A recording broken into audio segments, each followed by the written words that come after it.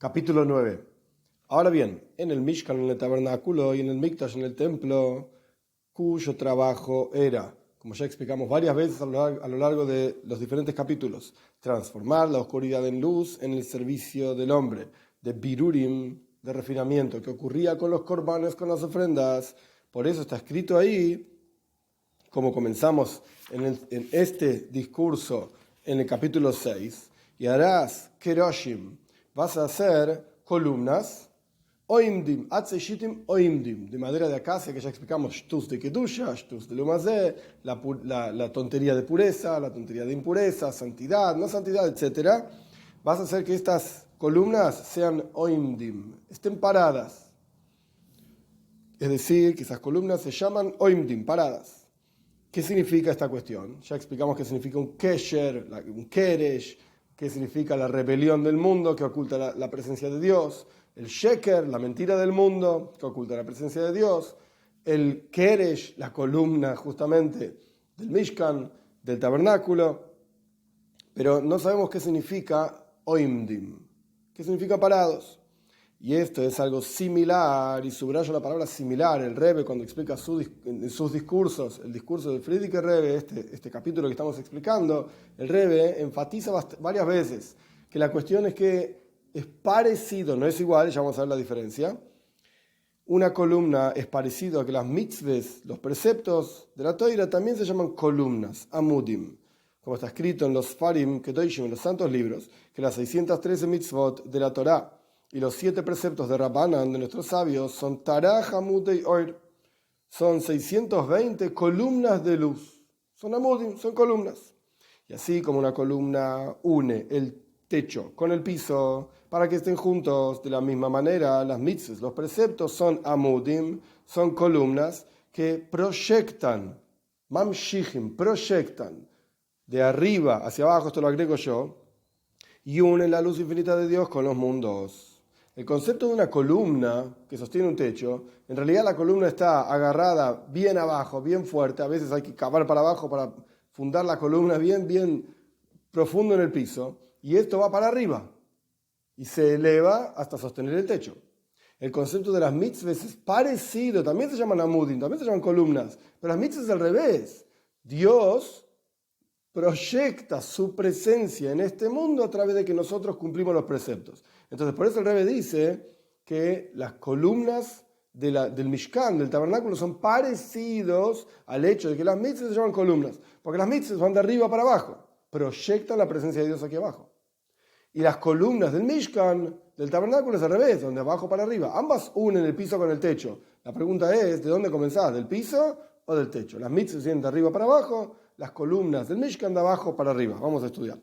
Y esto es también la razón por la cual las columnas del tabernáculo eran atzeishitim oimdim. Eran madera de acacia paradas, oimdim como amudim, como columnas, porque ellos son los que unen de abajo para arriba la luz infinita de Dios con los mundos.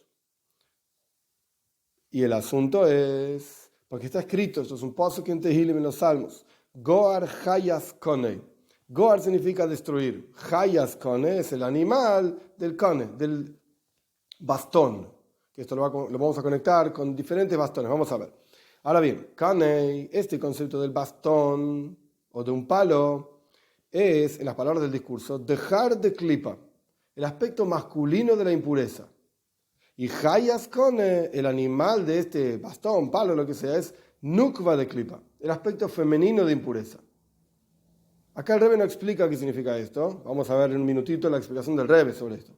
Y cuando el versículo dice Goar Hayas Kone, es decir, hay que destruir el animal del bastón o del palo, es que hay que destruir el Kone. Hay que destruir este palo, tanto la parte masculina del palo como la parte femenina del palo. ¿Qué significa dejar de klipa?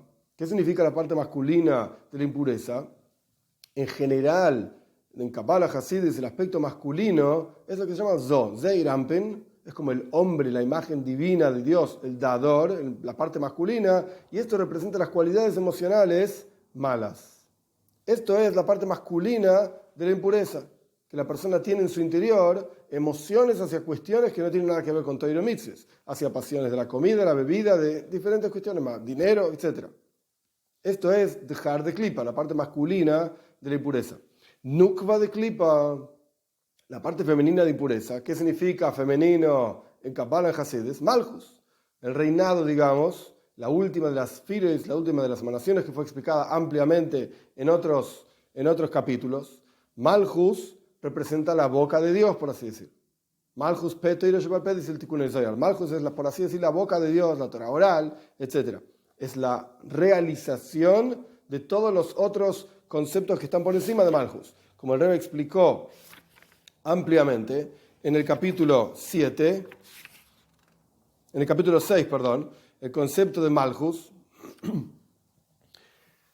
Nukva de Klipa, la cuestión femenina de impureza, ¿qué es Malchus? ¿Qué representa Malchus? El reinado. Uno hacia un rey tiene que tener Kabbalas Oil, aceptación del yugo del cielo, aceptación del yugo del rey. El rey es el que manda. Nukva de Klipa representa que la persona está subyugado y tiene Kabbalas Oil, aceptación del yugo, pero no del cielo, de Klipa, de impureza. En las palabras del Rebbe, que la persona se siente a sí mismo askupa anidreses. Una cosa que todos lo pisan. La persona no tiene ningún valor, así como Malchus, que fue explicado en el capítulo 6. No tiene nada de sí misma, la Islamic Arbaklum no tiene nada por sí misma. La persona está subyugada a sentirse nada. Una especie de baja autoestima en términos modernos. Ascupan entre eso es como la puerta que todo el mundo pisa, el dintel, la parte de abajo de la puerta, todo el mundo la pisa. Esto es Nukva de Malchus. Entonces, Nukva de Klipa. Dejar de Klipa, la parte masculina es tener cualidades emocionales negativas. Nukva de Klipa, la parte femenina de impureza es te sentís un nada, un nadie. Yo me voy a acercar a Dios. ¿Quién soy yo? Yo no soy nada, no existo. Y no tengo posibilidad de ser nada, etcétera, etcétera. Y esto es lo que hay que destruir. Ahora bien, este famoso palo, Kane, Goar Hayas Kane, dice el versículo. Hay que destruir el animal de este bastón, etcétera. Este bastón, este palo, es el palo de la Kuf, que fue explicado en el capítulo anterior, cómo es la relación entre la Kuf y la Hei, que la Kuf representa cuando uno tiene Reish, pensamientos y palabras negativas, esto se transforma en una Kuf con un palito para abajo, malas acciones, y uno tiene que recortar ese palo, Gar Hayaskone, hay que recortar esta cuestión de dejar de klipa, de nukva de klipa, las malas cualidades, el sentirse un nada y un nadie. Esto hay que recortarlo. Y cuando la persona recorta este palo de la letra Kuf, entonces se transforma en una letra Hei, que ya explicamos que la letra Hei en el capítulo anterior representa pensamiento, palabra y acción de Kedusha, de santidad. Y esto es como está escrito, Kane Basuf Kameilu. Otro versículo similar, la misma idea.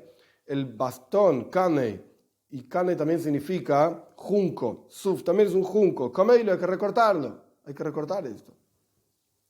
Y de la palabra, esto era la letra Kuf en relación a la letra Hei. De la palabra Kane, que significa un bastón, o significa un junco, etc. De esa letra Kuf, cuando la letra Kuf se transforma en una letra Hei, en términos sencillos, la persona recorta sus malas cualidades, la persona recorta y para de sentirse un nada, un nadie y ser subserviente a la klipa, a la impureza, etc. Se transforma en una letra Hei. Y entonces se transforma en la palabra Hinei. La palabra Konei, con Kuf, le recortás el palito a la Kuf, se transforma en la letra Hinei, con Hei. La palabra Hinei indica revelación. Como está escrito, y dirían en aquel día, Hinei lo que nos dice, he aquí, este es nuestro Señor, Hinei es he aquí. Es decir, la revelación de la luz que ilumine en el futuro por venir, con la venida de Mashiach. Esta revelación del futuro es a través de la avoida del servicio a Dios actual, ahora. Todo lo que va a ocurrir después, en Tanya dice esto también, depende de nuestras acciones ahora. Y por lo tanto, la principal revelación de la luz Soivev Kolalmin, como trasciende todos los mundos, como fue explicado ampliamente en los primeros capítulos, cuya forma de proyecciones que iluminan todos los mundos igual, como fue explicado en el capítulo 1, esto va a ocurrir en el cuerpo físico, aquí abajo, en el futuro por venir. Y esto viene a través del servicio a Dios, de refinamiento, ahora. Por eso tenemos que trabajar con el cuerpo, con el mundo, porque ahí es donde va a ocurrir la revelación principal de Mashiach. que este asunto de que la Neshama, el alma, desciende aquí abajo y se inviste en un cuerpo y un alma animal, y hay muchos impedimentos y dificultades, Dios libre y guarde, para estudiar Toira, para cumplir preceptos, y el mal se fortalece en este mundo aquí abajo, y aún así la persona no es afectada por esto en absoluto, y trabaja en su avodas Hashem, en su servicio a Dios, estudio de Toira y cumplimiento, observancia de preceptos. Y todo lo contrario, no solamente no es afectado por el mundo, sino que la persona se fortalece a sí mismo y tiene una adición de fuerza en forma de guerra, como vamos a estudiar en los capítulos siguientes.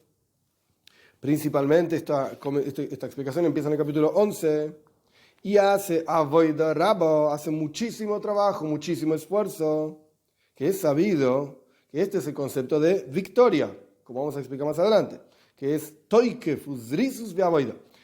Netzach, Nitzuach, victoria significa, como vamos a explicar más adelante, significa la fuerza y la diligencia en el servicio a Dios.